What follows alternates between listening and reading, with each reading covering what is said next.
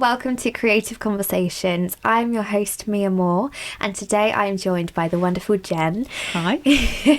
Of Liberty Photography. So we are going to delve into Jen's journey. She's going to very kindly chat to us about where she started, what she's been inspired by, and how she's got to the place she is now. So that's basically my first question to you. How has this all started? What's it started from?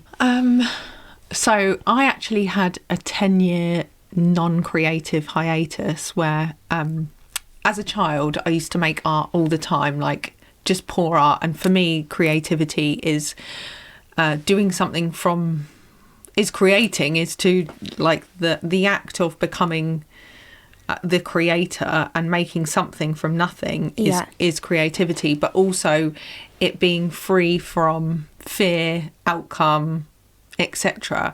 And so many times when people get into creativity, they want to do something and there be X and X equals Y. Like, if I do this, it will make X amount of money. If I do this, I'll get X amount of likes. Or they always want the outcome, and they just, when you do something for the sake of doing it, like, to me, that is pure creativity. Yes. Just from the joy of my body just needs to expel this painting or write this song or etc. But I just loved art as a child so much. Painting, I was never particularly good at it, but I just did it for the sake of doing it. And in school, I would paint and paint and paint, and I work really fast in most of the things that I do, photography now, but at the time I would do 3 projects in the hour that we were in art class versus the rest of the kids would be like just starting their one. And I remember having the art teachers around me, because the thing with being in flow is it's such a joy to watch. You know, when you see people doing their thing, and I find this with friends. I have a friend that's a DJ. I have friends that like do lots of creative things. When you see them flowing, it's like an electricity, isn't there? There is, and it's like as close to, if you believe in God, if you believe in Source, that you will see your friends in that light. And I remember sitting in art and the art teachers calling the other art teachers in, and then watching me work, watching your process. And at the time I just thought, you know, I'm glad they're not talking to me because I'm too busy. Like, I was too in the too invested. And I remember my art teacher writing, never stop making art. Anyway, I went to college, and all of a sudden creating art became a risk. So my art teacher was so critical. Everything I did wasn't good enough. She would criticize it but not really give me like feedback. It would be things like, this is just a bit too GCSE, and she'd just make these weird passive aggressive comments. And I just got to the point where making art felt like, what's the point, because all I get is a load of crap. It's for an opinion, you know. Exactly. And I think I stopped making art about 17, 18. But I'm very lucky. I feel very privileged that I didn't have any of that until I was 18.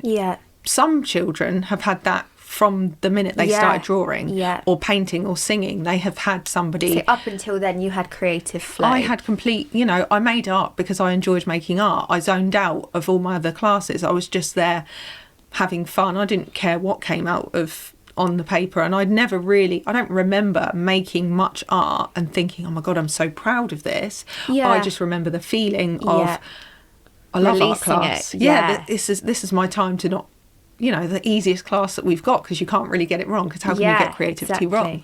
And then I felt like in college I got it wrong and I got it wrong and I got it wrong, that it just was like, oh, I'm not doing this anymore.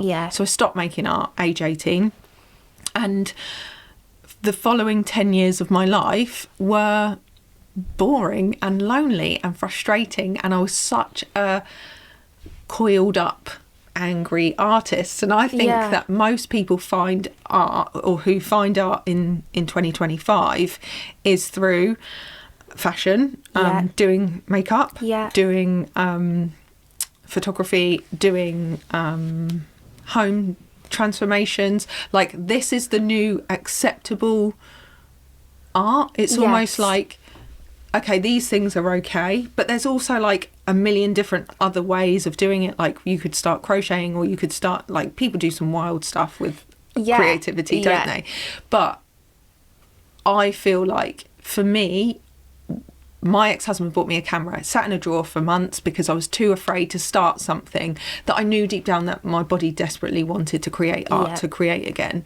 And it felt like, if I do this thing, I'll feel like a failure. Because if I don't do it, I won't get it right, or I won't, or nothing will come of it. What's the point? What's the point if I'm not going to make money? What's the point if, like, what is the point in making art? And this is the thing that people really need to get over, is that your body desperately wants to create. Like, all of you wants to create, whether that be a makeup thing, whether it be that you paint a dresser. Get your hands in something and make something with... Get messy with it. Yeah, exactly.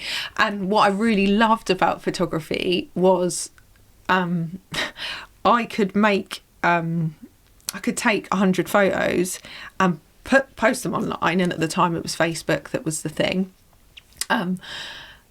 And people would be looking at those photos, and while they were looking at them, I was making more art. I was taking more photos. Yeah. So I was really trying to recover my inner artist and the inner child version of me. And I read a book called The Element by a guy called Ken Livingstone, who used to be Education Secretary, I believe. Okay. And he talked about this guy, and he was in all of his lessons, and he'd be drawing in chemistry, he'd be drawing in maths, all the lessons he shouldn't have been drawing in. Yeah. But when it came to his art class, his art teacher would say to him, "You're never going to make it. Your stuff's too cartoony. You're never going to make it as an artist." That guy went on to write The Simpsons. He's Matt Groening. And I just think, if we all listened to the criticism, how much art would never have been born into this world. And actually, I realised at that time, when I read that book, literally woke up in the night, that I had stopped doing the thing that I loved doing most of all, because one person had an opinion of it that wasn't good enough. And I'm just so like, other people's opinions can keep you so small for so long. And she's not paying my bills. She was never paying my bills. Why do I care about what she thinks? So now I'm like a real advocate for doing art for just no reason. Like, that's brilliant. Just play. Just go out and do something crazy that your body wants to do. And even if it's just like making a heart out of stones down the beach, or just do stuff. And I'm really like, I've just started like really thinking about quantum leaping and how people quantum leap. And I look back at my journey at the time, and I promised myself at that morning when I woke up at 4 a.m. and was like, oh my God, why have I done this? I was like, I'm going to take one photo every day for the next year from a place of play. I don't want to attach any outcome to it, with the understanding that a child, if it were to paint every day, would get better at painting. Yeah. A child, if they were to play the piano freely, would get better at playing the piano. And I genuinely believe that is how we learn. Is that how, children make so many mistakes. They fall over and over. They're doing the monkey bars, they fall off. Yeah. They don't stop, and we're so afraid of making mistakes as we get older. Yeah, we go back on ourselves, I think. And we really get in our own way. So I promised myself I was going to do one thing every single day. And at the time, I started taking photos, and that I would share it. And I was really like anti-criticism. I remember somebody commenting and trying to tell me how I could have done this better. Right. And I was like, I really appreciate your feedback, but I'm not looking to get better. I'm critical enough of myself. Yeah. I don't need any of your stuff. There's enough demons in there. Yeah, exactly. So I was like, thank you, but no thank you. Yeah. And I look back, and I was 28 at the time when I did this. I'm 40 now. And I am so proud that I was advocating for my own inner child artist that just wanted to play. Yeah. So I did something every single day. I added something into my routine, which I believe routine is so key to quantum leaping. I also cut something out, so I stopped watching television. Okay. And I also did some crazy shit. So I think that the three things are like really part of how, if people are looking to make a quantum leap, cut something out, add something in, and do something crazy, as often as you can, basically. And one thing has to be a regular thing, but one thing needs to be something that you just really want to do, that you're like almost compulsive, that you've got to get it out. I've had this idea in my head for years and it's just been bubbling and I've just done nothing with it. How can I do that with within the capacity of what I have right now? How do I stop putting it off, and how do I simplify this so I can actually get this done? It just started, and within 3 months I was fully booked 3 months in advance, and within a year I had to take on staff. And it just really grew, and I really believe it grew because I put minimal pressure on myself for X to equal Y, for my creativity to equal money. It just flowed naturally. Exactly. And it made loads of money because you'd almost manifested before it even began that it was going to be successful, because you just let it happen. If it's going to be successful, it will be. Exactly. How would you best describe your photography at that point? Oh, it's terrible. Was it? Yeah, terrible. So bad. I'd never had a photography lesson. This is the funny thing. Yeah. I was not trying to be a great photographer, and I wasn't even trying to pretend I was a great photographer. What I was great with was people. Yeah. What I was great with was enjoying myself while I was making the art, not making the people enjoy themselves, but allowing the people to feel comfortable and enjoy themselves. That was, where I excelled, and I did so because in my 20s, I spent my 20s doing some things that were absolutely nothing to do with art and everything to do with business, rapport, selling. I did volunteering. I was a salesperson, listening, counselling, listening skills. I went into photography armed with all the skills that I had learned in my 20s, and nothing in your 20s is ever a waste of time. You are literally, I learnt this from this, I learnt this from this, and I will alchemise the lot into the best life I can ever live. And that's how you pour your energy out. That's how you become the best version of you, is you steal all the best bits along that journey and you put them into one dream career that allows you to bring your energy into it every single day, you know. That's incredible. It's been a ride. Yeah, I bet it has. I bet almost reviewing it now, you're thinking, wow, things are coming out and you're the bravery of some crazy 28-year-old not knowing how to use a camera and taking bookings for photo shoots. That blows my mind now. And I'm so proud of that crazy girl, but I'm also cringe that it was so bad, but it was so fun. But that's what got you here as well. Exactly. And people wanted to be part of it because they could see how much joy it was bringing me. And it was just such a lovely time. It was magical. And I started, my first company was called Dimples and Daisies, and I know I'm biased, but I actually think I have the two best photography company names in the UK. If not the world, if not the universe. But Dimples and Daisies was the family one, and it was so good, and it was so pure and beautiful, and idyllic family life in the countryside. Nature's UK British countryside is just stunning. Yes, and wildflowers. Exactly. And just beautiful. Linens and natural fibres. And I gave ASHIT about everything. I cared so much about what they wore and the connection, and I just really, really cared about all of that. And because I wasn't looking to do it for the money, I was doing it for the art. I was really anal about what people wore. Well, your motives are in the right place as a creative. Exactly. You're not thinking about facts and figures on a sheet. I wasn't trying to serve them for the money. I was like, how do I make the most art out of this situation? How do I make this the most beautiful version that it can be? And that was so wonderful. And then I wasn't satisfied, as we never are, us entrepreneurial creatives. I was like, I want to do more. And then Liberty Photography was born.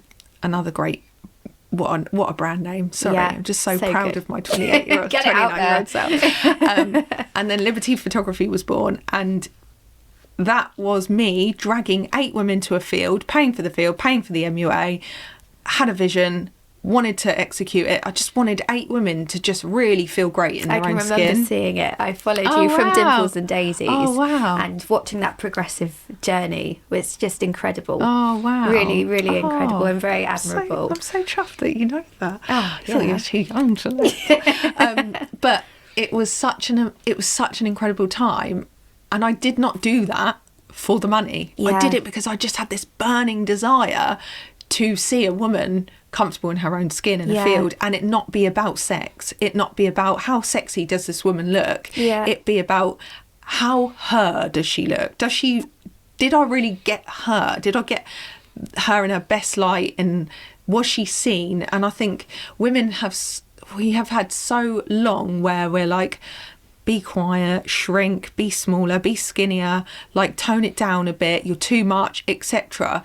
That we are so afraid of being seen, but deep down that's what we all really want. Yeah. Like, get me, understand me, see me. Read me. Yeah. Like, why do you not understand me?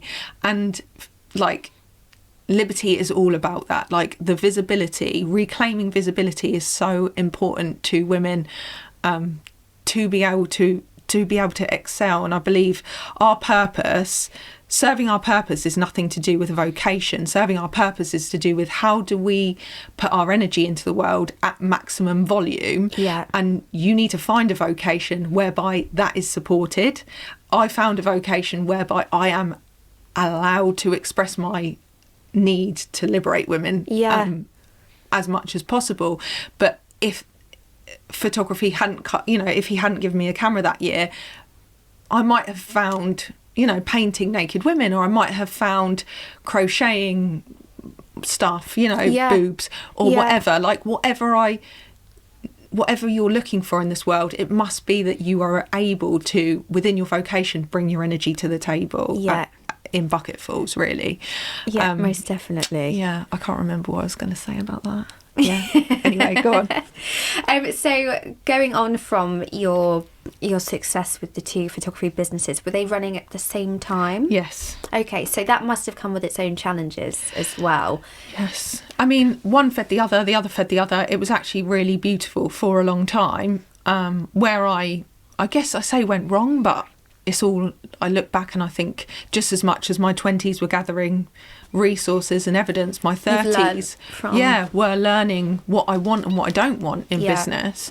And I basically completely overstaffed myself, and it was the same year as COVID. I went VAT registered and had too many staff, and people pleased too much. I prioritised looking after my team over business, and it really did bite me in the ass. I lost Dimples and Daisies, so that same year we went VAT registered, and 1 month people would be spending loads of money, and then then they were not, and it was hard to work out everything, and I just couldn't forecast anymore, and it was a journey, and we probably need to go backwards because we didn't go studio. through the studio. Yes. Yeah, I was just thinking that. I was looking at I need to studio. So you started Dimples and Daisies and Liberty. Was this the point that you then wanted to find a studio? You wanted to expand, get a bit bigger? Tell me a little bit about the process of getting into a studio. The studio really came because I was so busy, and at the time, when we do a shoot, before Zoom was such a thing, we would do a shoot and then we would show the people their photos, and that was an in-person viewing. And one summer I had 82 people through my house in August. Wow. Summer holidays. So I have 3 children, but at the time I had 2 boys, and I was like, shoot me, I cannot live like that. I needed a space to take these people, and it was I was so busy, and also I needed to be able to separate home and work. And at the time I would take the kids to school, shoot in the day, come home, be a mum, put them to bed, edit in the night. Yeah. So it was like there was just no escape. And so organically, I really did need a studio. And me and my ex-husband broke up probably nearly 2 years after I started. Right. And he would never have let me. I laugh so much no, I don't laugh at women that say that, but when women say that, oh my god, it makes me cringe whenever someone's like, oh, I need to check with my partner, or oh no, he would never let me do that. Like, please, any of you, just get to the point where, like, money, you make your own money, make your own money as soon as you can, because being financially independent is just, is so essential for your mental health. And I was so lucky that I was a kept woman. I didn't have to want for anything, but I didn't have any financial independence, and it was so disempowering. Just I so can imagine. Awful. And having to explain myself on so many things, it was just an awful time.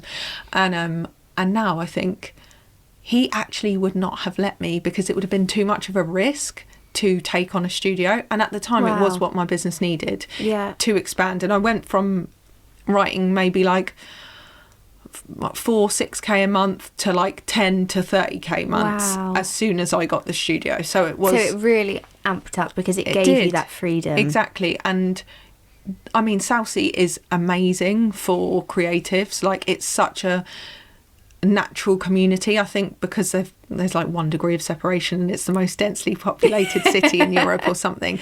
You get in with one mum, and that, everything spreads much quicker. So it was a really beautiful thing and time. And I think it was 2016 or 2017 that I moved into the studio, and business from there was just mad. They were like my glory years, if you like. And then COVID happened, and then it went to shit, basically. Didn't the world, honestly. Exactly. But at the time it was needed, and it was what my business needed. And I think if I'm looking back reflectively, I prioritise other people over the needs of the business for too long. And I think in business, when you know something's wrong, you fix it as soon as you realise it's a problem. And sometimes it takes a while for you to go, oh my god, I've been doing this and I haven't realised. But the minute you realise, take action, because any procrastination past that is on you. Yeah, exactly. But that would be my tip for anyone that's like, what's going on in my business? So you can help. Yeah, exactly. Where's the problem? Sort it out now. So something I would like to ask you is, if say there are some younger entrepreneurs that are wanting to open up a studio, something along those lines, what would be your biggest piece of advice to them? I would say that really think about if that's really, really what you need and want. Go from desire, like, what do you really, really want? Because after lockdown, I really slipped into need. And as you probably heard from the beginning of like this chat, is when I started this business, there was no need. It was all, what do I want? What do I fancy? What art do I want to make? Who do I want to work with? I wasn't like, oh my God, I need to make X amount of money. As soon as COVID hit and I had that big team and overheads, it was, oh my God, I need to make this, and I need I've got pressure shifted, and so then my intention of the business shifted. So everything was then about the money over the art. And actually, if you get to that point, the only remedy is to go back to, what art do I really want to make? Because I literally probably spent 3 years serving my business from a place of need and creating from a place of need, rather than, I just really fancy doing this shoot where I cover someone in gold or petals or whatever. And there is no creativity in need. Need is lack, Want is there. So I would really make sure that you don't put too much pressure on yourself that it will stop you creating. But if you are like, I think I'm ready for a studio, check that the maths, check that the figures add up. Maybe even give yourself a space whereby it's sublettable, so that there is a way for you to make money even when you don't make money. You know, if that means putting Something a little room on the passive, back, exactly, that you know you can hire out, that's going to be busy, that you can podcast in, you know. Not stepping on any toes. Don't want to step on any toes. In salsa, you're fine.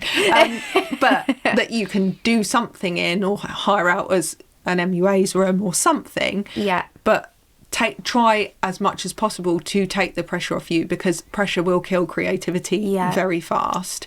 And if you are someone that feels pressure, even go into it, you know, before you've even signed the dotted line, that you've got someone that's going to come in with you, or that you've created enough capacity to not put that pressure on yourself and still drive your creativity from desire over need, you know. It's that real, it's not even a balance, it's a must. It's got to come from not essential wanting, like you say, it's deep rooted, that it's an urge, it's something you physically feel the relief when it's out, and and you've got your piece there. And like you say, it's not about the money, it's not about how much is this piece going to sell for. It's wow, that's all of my feelings for the past day that are just in out this now. Piece of art, exactly, whether it's in a canvas, in an image, a hairstyle, you know, it shows itself in so many different ways. Absolutely.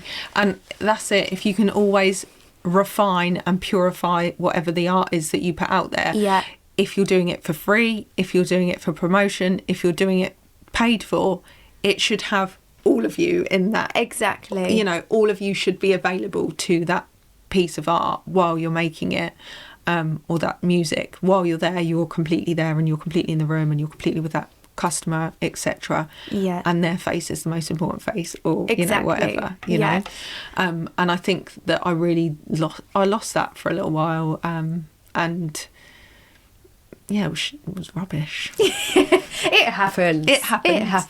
But as soon as you get back to desire, the driving force is so much stronger. And the truth is, desire lights up more of your neural transmitters, so your brain, you know, the dopamine that kicks off when you do desire rather than need is so much bigger, so actually you're more motivated anyway. Exactly. So it's a bit of a cycle, isn't it? It's like when you get into that rut, what can I do when you know you're chasing? To fulfill myself, I need to get something for me, rather than worrying. Otherwise you're just so if anyone's stuck, go and make the art that your heart wants you to make, and don't attach any finances to it. That's a great piece of advice. Something I need to think about as well, because I'm terrible, and I think society doesn't help, because it puts X amount of pressure on needing rent or bills, and it's all you hear is numbers and money, and no one's got enough money, and then, like you say, it just squashes any of that creativity. And it's so important to just want to do it, like you say, be a child in reception, you know, just scribbling, whatever it is, just let it out. Exactly.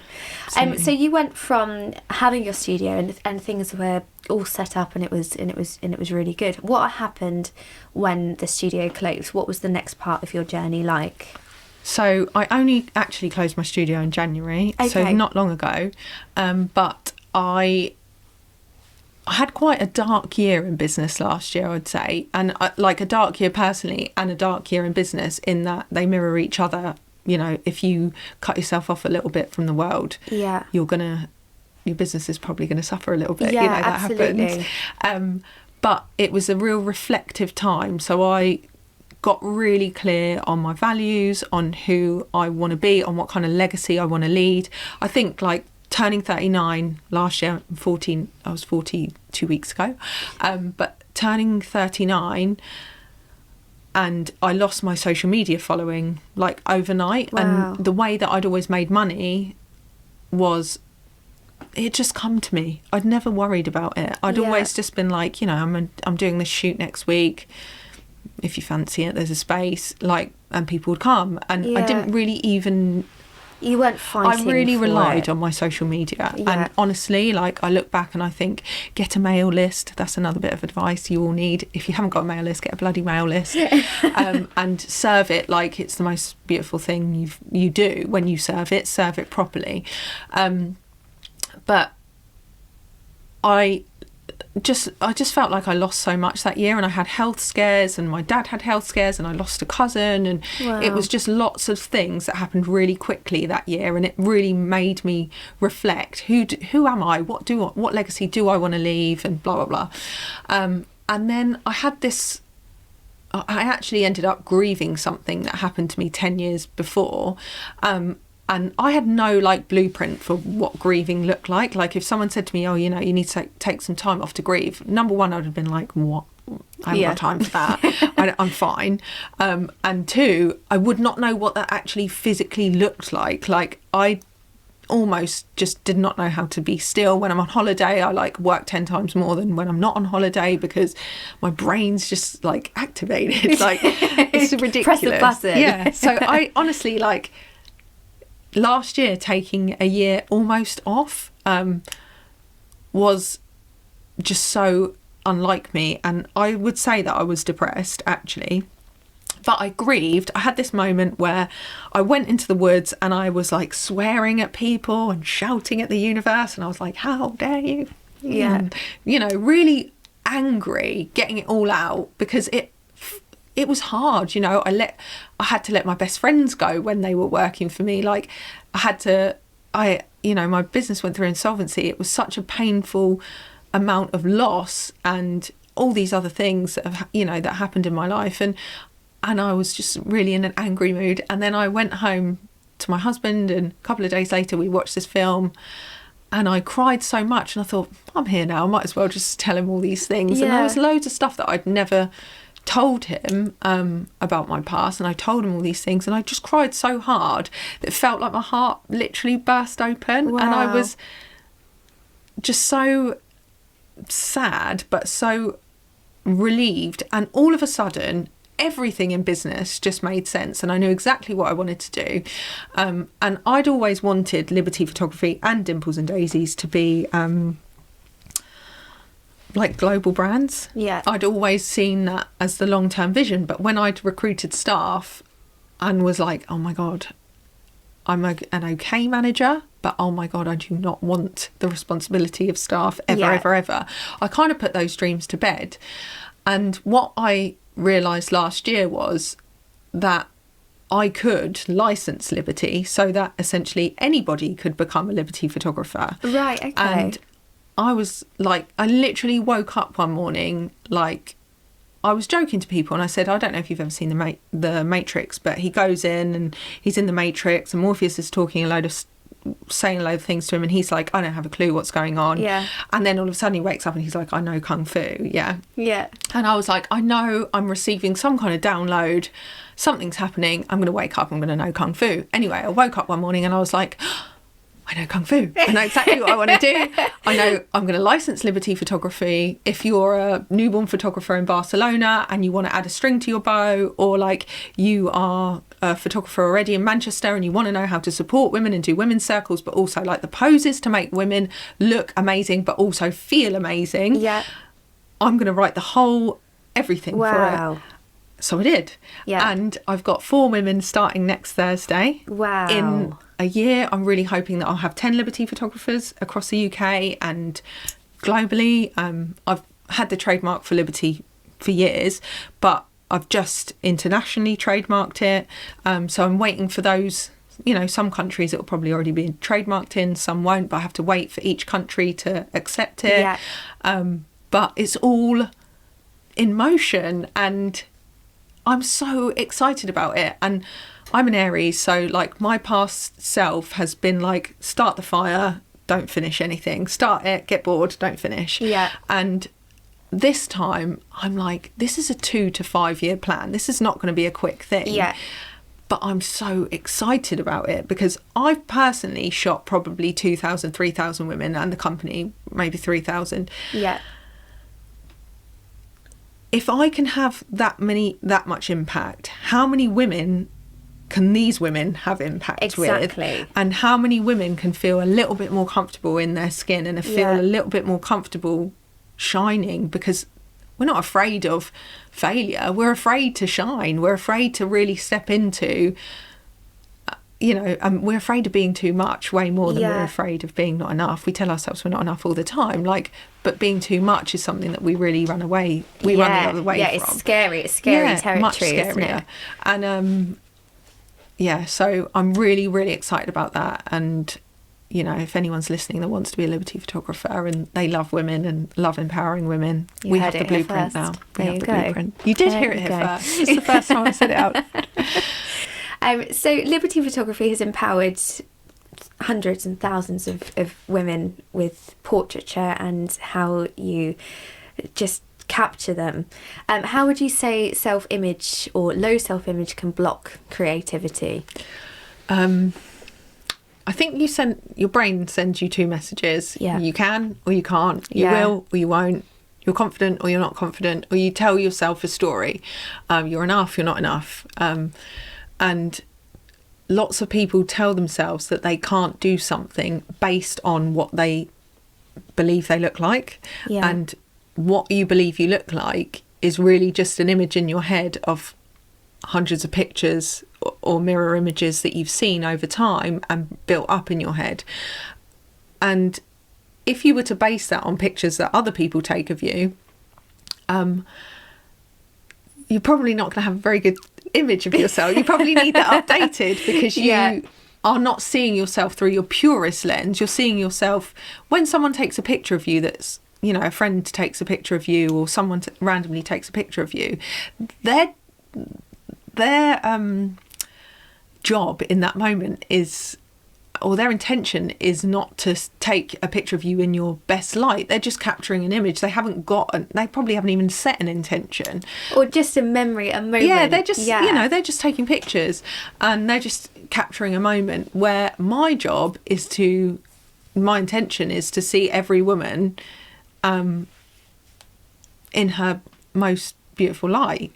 And so because I've set that intention, my subconscious gets to work and gets on with doing that job. And by the way, if you take pictures or set an intention before you shoot, I want to capture as much love in the shoot as possible. I want to capture as much beauty in the shoot as possible. I want to capture as much sass, whatever, confidence. Set an intention before you go into any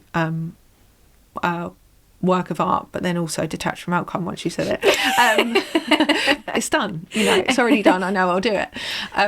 But when we believe that what we look like equals our value, we must throw that away, because there are some days when I look a solid 7. There are some days when I look a solid 2. I'm no less value on the days that I look a 2 than the day I look a 7. And I am of no less value to the planet if I always looked a 5, Yeah. You're no less of a mother. Exactly. I'm no less of a mother. I'm no less a friend. I'm no less of a wife. I'm no less of an artist. Yeah. Whatever I look like, what I look like is not attached to my value, and it's also not attached to my output. So when people believe that what they look like is holding them back, they are less likely to take risks. And growth does not happen where you're not taking risks. Growth happens outside the comfort zone, where you are doing something that you haven't done before. And that could be something as simple as going to a dance class or taking a lesson. Your brain wants you to do all of the things that you already do, because it's much easier to send neural messaging down the highways that you already have. You have to learn something new. The brain needs to work harder. It would rather not. So it'd rather tell you, if you do that thing, by the way, you'll be a social outcast, which might sound like trivial, but actually our subconscious is wired to be part of the tribe. And if we weren't part of the tribe, we were exiled. And if we were exiled, we would die, because, a saber-tooth would eat us or something. So it is literally, it will make you feel like anxiety, life or death, just for doing something new. Yeah. But if you do something crazy and out of your comfort zone, like, for example, going to a Liberty shoot, you're reminded that new people see you really beautifully, and here's the evidence in a photo of you being really seen. Your brain's like, wow, that's me. And I walk a really thin line where I'm like, what you look like is nothing to do with your value. And at the same time, we live in a culture whereby we have grown up as women being told our value is what we look like. So as much as it is nothing to do with your value, please feel good about yourself. Please know that you're beautiful. Please know that you can look a solid 10, you know, if you want to. And what is the difference between a good looking woman and a not good looking woman, or a hot woman and not a hot woman? The hot woman has decided she's a hot woman, and the not hot woman has decided she doesn't think she's hot, so I'm not even going to try. And I remember for years, my husband is beautiful. Like, I literally got with him because I was a photographer and it made commercial sense because he was a model, and I thought, this is great, you know, I've got a muse. But I started to tell people, oh, he's really sexy, he's much sexier than me. And I made myself not sexy because my subconscious was listening. No one else really cared if he was sexier than me or whatever, but my subconscious was like, oh, we're not sexy anymore because the husband's sexier. And I literally stopped looking after myself. I stopped trying. I stopped making effort because I had told myself this stupid story. And it doesn't take long for a story to take hold and become your truth. So you can tell yourself, I can create, or I am worthy of these things, or I can go for that job. Or you can tell yourself, you're not worthy. And what you tell yourself is really up to you. But when you believe that your image is holding you back, whether that be what you look like, your face, weight, whatever, you're less likely to go for promotions or try new things. And that, or venture into something creative, because it's that unknown. It's risk. It's really frightening. And what I've seen time and time again is when people come to a Liberty shoot, they do something that scares them, they put themselves out of their comfort zone, their subconscious realises, their brain realises, oh, we didn't die, so it was okay. Actually, it was amazing. What are we going to do next? And then they get into growth. So then they're like, right, well, now I'm going to do this. And we have so many women that say to us, oh, after the Liberty shoot, I was like buzzing. I applied for this job. I got the job. And that, like, I never would have gone for that job. That's so if lovely. I hadn't done this. Or I've started dressing differently, and like people have noticed. And I met this guy in the sea. Like, I was swimming and like this big wave came and like, you know, marooned us. And then I was like chatting to him, and I would have always felt really conscious just standing there in a swimming suit talking to a guy, but here I was, and now, you know, we're married and have a baby. Like, so many beautiful things come from you doing something wacky, basically, or doing something out of your comfort zone. Being your authentic self. But also seeing yourself. Like, we're so desperate to be seen by our other halves, or like our friends, or like, there is no greater compliment than your friend saying you look great, or a random stranger saying, oh my God, you look amazing. Why? Because we really want to be seen. We really want someone to notice us. If you put yourself in a position whereby you notice yourself, you stop needing that external validation, and you're like, I actually saw myself at this shoot, or I see myself, and now I don't need it from anyone else. And the funny thing is, when you don't need it, everyone's like, oh, you look amazing. You know, it's when we desperately seek it and when we chase it that we're like, oh, I'm not getting it. Doesn't hit. And it becomes more of a game, doesn't it? It becomes more of a, I've got to chase, got to get what I'm needing. Exactly. See yourself first. Exactly. Yeah, that's really interesting. I'm hearing a completely different perspective from a photographer of like your calibre. I have worked with professional photographers and models, and oh my God, sorry, but you girls, like, there's no niceties, there's no like, oh my God, you look amazing, which you should be told all the time. I don't know, you know, what has happened, but some photographers that I've worked with or worked alongside, they were so rude to the models, and I just could not believe it. And I know not everyone's like that, but I think sometimes models get a really bad deal with being how they're treated. And I think a lot of the time you're not perceived as a professional, or it being a profession. You're just an object that's just to be moved and poised and dressed. And they've forgotten that just because you look good, it doesn't mean you feel good. No, exactly. It doesn't mean you feel beautiful, because some days you will not, like, you are, obviously you're very beautiful, but models won't always feel good about themselves. And it's just like an assumption that they do. And I actually think they don't. You know, they're just absolutely. humans. We're just the same as anybody else. Honestly, I still have like bird's nest hair. And it's like when you've had a night of teething with my son, and he's been up and down, and I'm like, can't keep my eyes open, and you've got to maintain that like shiny awakeness. I'm fine. I'm fine. Pose me how you want me to pose. It can again squash you sometimes. Absolutely. So how would you say, going from your like new journey into how things are now, what are you hoping to go into next? What's your forecast for Liberty? Well, for Liberty, I also need to regrow the business. Yeah. Literally, I let it crash and burn last year. I know that my job this year is to make art from a place of, joy and desire and fancy that. I'm going to do it.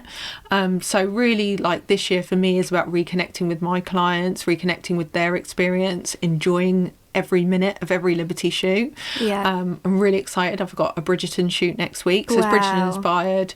Loads of corsetry, loads of oh my god, wisteria, rhododendrons. Beautiful.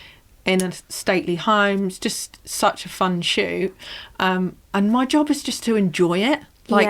And so I feel like with the Liberty licensing, that's a long game. That's going to take me a while, and that's going to be something that I work on every day until I'm an old lady.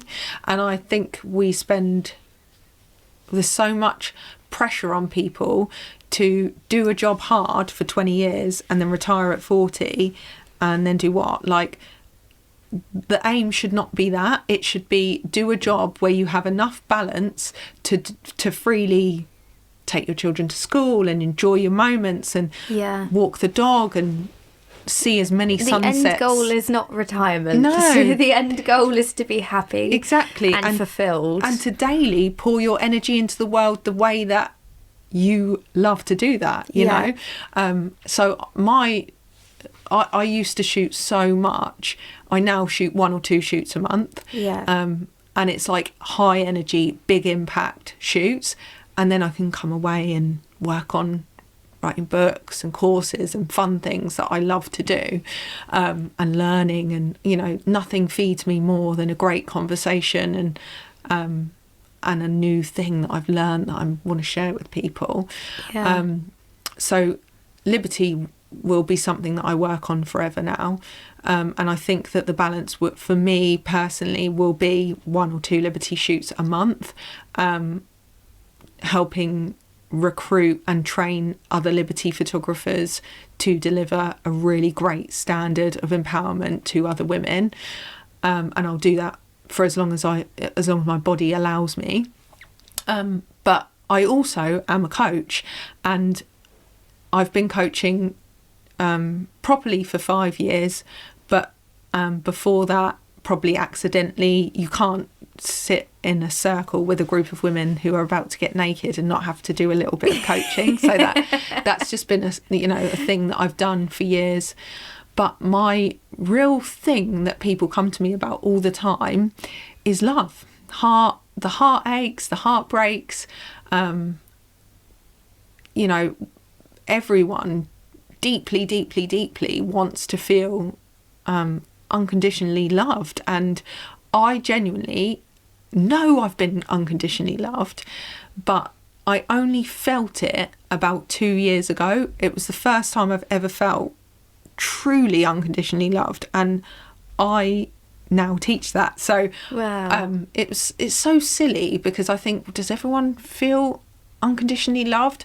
I know I was unconditionally loved because I had children, I have a husband and family and sister and parents, but I didn't feel it. I always felt like I had to behave a certain way to receive that love. And it's only in the last 2 years that I have really realised I'm worthy of love without having to do X, Y, Z, perform, and so I've done lots of courses on how to get over your ex in 30 days and how to manifest a new relationship, and I've done lots of coaching around that, but now I've created a 6-month container whereby people can actually get in contact with their heart. So one of the things that last year and being in the dark really showed me was that I had for years been pretending that everything was fine and not really listening to my heart. I'm just going to give you some science now, but the heart is actually a clear organ. It's white, and it's only red because of the blood that goes around it. And the highest vibration of the heart is clarity. When, like, if you were to measure it in hertz, etc., your heart and your brain, when they're working together, your heart produces something like I can't remember the stats, but I think it was like 800 times as much output as your brain does. Wow. It has neural pathways in it. When the two work together, so the heart decides what it's doing and the brain then essentially serves the heart, then you can do whatever you want. And the funny thing is, at that point when it's at its highest vibration, it also emits a signal. Last year when I grieved, I cried so hard that it felt like my heart burst open. And I said to people at the time, it felt like my heart sent out a signal. I don't know what that means. It just felt like that. Anyway, I was getting on a plane to Mallorca 2 weeks ago, and I was listening to the science around the heart, and it said at that point it sends out a signal, and I was like, I know that. And I felt that. I felt that. And what was weird was when I grieved simultaneously, I also knew exactly what to do with my business. I was so clear. And what every single business person wants is clarity. What should I do next? What's the next step? And because I'd spent 12 years in business reacting to what had come to me, my natural thing is to build, to work. I love working so much. I love business so much. But I didn't want to build anything anymore. I didn't want to just build for the sake of building. I wanted to build something that my whole body believed in. Yeah. And when I grieved, I also knew exactly what to build. I knew exactly how I was going to build it. It was like so much clarity. And I believed, because I listened to my heart in the dark, as in I listened to that it was angry and sad, and allowed it to be those things, it was then able to tell me what it deeply desired and wanted. So from a business perspective, listening to your heart is so good, and it also means everything's been easy since then. And I can't actually explain how easy it's been, but it's just felt like I'm in the right place at the right time. I'm talking to the right people. Like, everything has felt easy since. Yeah, almost fallen into place. And it's just felt like absolute divine timing. But wow, really, really good. But also to feel loved and not question your entire relationship and not question your entire existence, and not feel like if I speak my truth, my whole life's going to fall apart. Yeah, but which is the basis of liberty. Yeah, exactly. Yeah. So now I feel like for such a long time I felt like I'm coaching but it makes no sense, and I'm doing this and I don't know how to bring everything together, and now everything feels like everything makes sense. Yeah. This is how I'm doing this. This is how I expel my creative side. But I need to teach. I always have taught. My parents are both teachers. My dad's a physics teacher. Mum was a chemistry teacher. And it's just in me to teach. And I know that to hold a space and create a container for people that desperately want to feel love, but also want to drive from their heart rather than their head. And I've done lots of, I'm a Gene Keys guide, which is to do with human design, which is the I Ching, Chinese astrology. I'm obsessed with it. But I've done lots of things along my path, just as I did in my 20s. I did lots of things that made no sense to photography, and then managed to pull them all together at the end and go, I know how to create these businesses. I feel like in my 30s I did lots of things that made no sense, and now I'm like, it all makes sense. It's like a 10-year stint. You go through trial and error, and then it all makes sense. I'm going to play on this, I'm going to run down that rabbit hole, I'm going to try a little bit of this and do a bit of that, and now I'm like, it makes sense. And that's only going to come stronger and stronger as the years go on. And I think that this is another form of creativity, is really learning, but the spiritual side of things for me has been such a comfort in the times of darkness. And I love it so much. I love knowing how the body works and how the brain works, and I'm obsessed with making it just work for me. Yeah. You know, like, how does this work for me, and how can I explain this in the most simple way so that people can go, this is actually such an easy, life-changing thing that there is no excuse for me to not do this, and I'm going to do it, and then, oh, here I am, you know. That's incredible. 2.0 version of me. Yeah. But yeah. And I'm going to finish up with one last question. I want you to imagine that you're talking to somebody who is your 18-year-old self, who has stopped and stifled all creativity. What advice would you give to break out of that, break the mould, and get back into it again? Well, I've got a couple of books. I've got a book called Smoke and Demons, which is designed for teenagers who want to find their creativity again. But I've also got a journal where you can like really get it all out. Whatever you do, you have to reconnect with your voice. Yeah. And that might be talking, or it might be putting your words down. And I think school really knocks writing and journaling out of us. We have a natural instinct to talk and to create, and we can only create when we have an active throat chakra. Sorry to go so deep on the old creativity, but if you think about it, before the larynx mutated so that we could all talk, we were just cavemen and we would grunt at each other, and we might be able to pull a bit of I don't know, we might be able to create a cave and make it a little bit more homely, but that would have been the extent of our tool making. The larynx mutates, and then we all start speaking, you know, must have mutated between a group of humans, then humans, and we start to develop language. And then all of a sudden we create empires, the Roman Empire, the Persian Empire, the British Empire, Boots, you know, John Lewis. None of those things can happen unless you activate your throat, unless you actually use your voice to start creating. And it might just be that you write down, I want to paint, I want to draw, I want to do whatever. But acknowledging it is the first step, because you are hearing yourself. Same as like when I was saying you need to see yourself first, you need to hear yourself first. You need to hear what you want, and then you have to go and do it. Confidence is not built before the action. Confidence comes when you take the action, then it comes. You cannot wait to feel confident. Every single person on this planet is terrified of doing the things that they're going to do that are outside what they already do. The difference between people that do things is that they go, thank you, fear, for telling me that this is all going to go to shit. I'm going to do it anyway. Yeah. They are not afraid. They just don't let the fear stop them. Yeah. So acknowledge what you want. Acknowledge you're going to be terrified. Acknowledge you're going to do it anyway. And just as soon as you physically can, get out and do the thing that you really deeply want to do.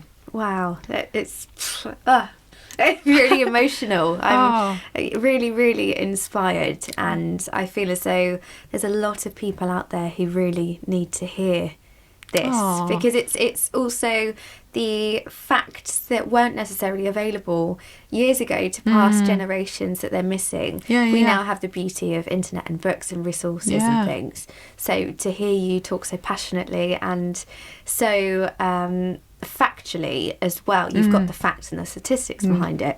It's so incredibly important and vital, I think, for the younger generation, and you've got some very lucky children. They do not believe that.